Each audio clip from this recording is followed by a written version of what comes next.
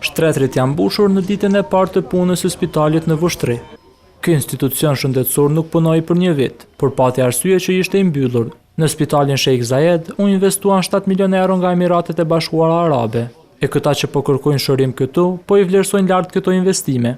Do këtë më helmu diçka në shem, pritjet të mirë, stafi është i mirë dhe kushtet përgjithësi janë mirë.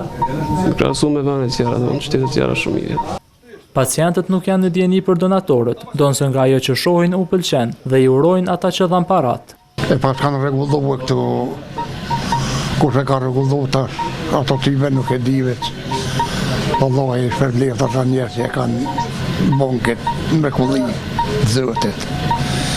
E mjekt po alhamdulillah mos na lor zoti pa mjekt. E një i moshuar që u dërguan nga spitali i Prishtinës për të bërë rentgen këtu, po kërkon që të ruhet ky spital nga të gjithë. Ky vend ku ka bërë shumë e mirë, inshallah e majnë, inshallah kanë mend, mjekësia, shoqënia, civilia tonë. Se veç mjekësun e majnë, po duhet me majtë edhe populli. Stafi mjekësor të cilët po kujdesen për trajtimin e pacientëve, po mendojnë se puna do të ushtohet tash edhe më shumë. Presim që fluksi i pacientave përveç që të tjenë nga Vushtria do tjenë nga gjithë Kosova, për arsye se teknologjia është më sofistikuar se ajo që KUK-s. Edhe pse spitali Sheikh Zayed është hapur për pacient, ky akoma nuk është inauguruar zyrtarisht. E për një gjë të tillë po kujdeset edhe komuna e Vushtrisë.